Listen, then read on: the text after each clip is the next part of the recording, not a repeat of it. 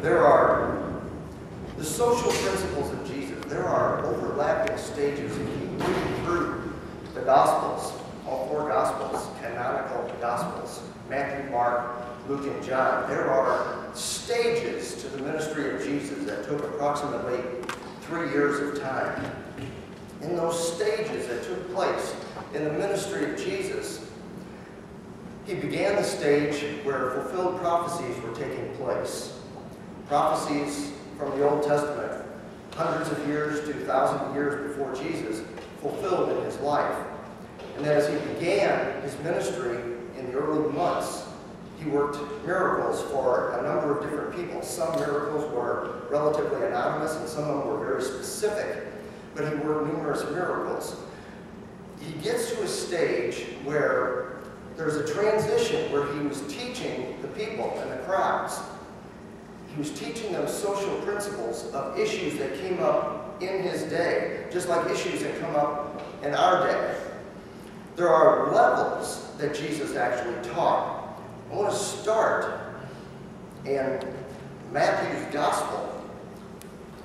What I want to point out about the Sermon on the Mount is that in chapter 5, verse 1, seeing the crowds, he went up to the mountain and he sat down. His disciples came to him. Now, just that one verse. It's interesting to note that the crowd came. And as the crowd came, Jesus focused in on his disciples. Now, he had already been ministering for some months before this had happened. He focused on his disciples. He pulled his disciples aside, away from the crowd, and he began teaching them. So this particular teaching was not specifically for the crowd. It was for the disciples. This is a discipleship teaching. The reason I'm bringing this up is because Jesus made a clear distinction, but he didn't make it publicly clear. He pulled his disciples off to the side. He did so as well in Matthew 17 when he was transfigured on the mountain. Without getting into that, I'll just generally refer to that. When he pulled his disciples aside, it wasn't even all of the disciples. There were 3 of them, Peter, James, and John. So Jesus' ministry to the people, to the public in general, was different from his ministry to his disciples. His discipleship teachings were different than to the general public. The general public, he was initiating principles that belonged to Moses' law and were supposed to be carried out in their lives. To the disciples, he was calling them to a higher level to follow him, take up their cross and to follow him. To Peter, James, and John in Matthew 17, he went even higher. He took them aside from his disciples because he wanted to give them insights that they needed to have to be leaders in the church to come after he was gone into heaven and they had to carry on the mission.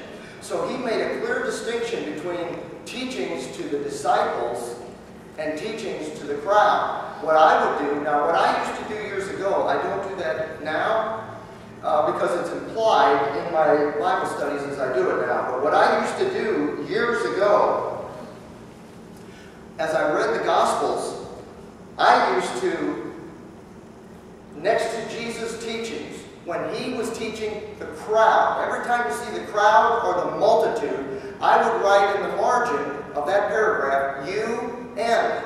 Now obviously it's not the United Nations that I was praying for, although the United Nations certainly needs prayer.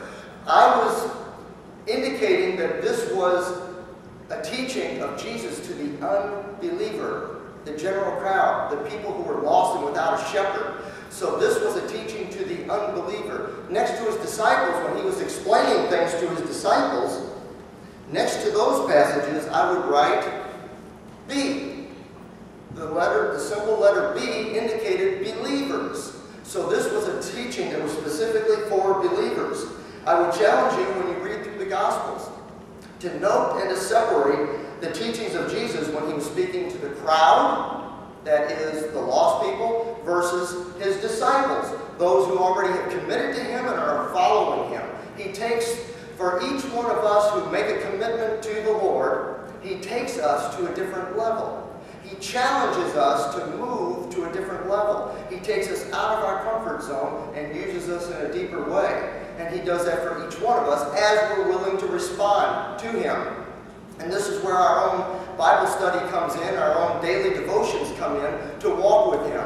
The more we walk with Him, the more accustomed we are to Him working in our lives, the further He takes us deeper into a relationship with Him,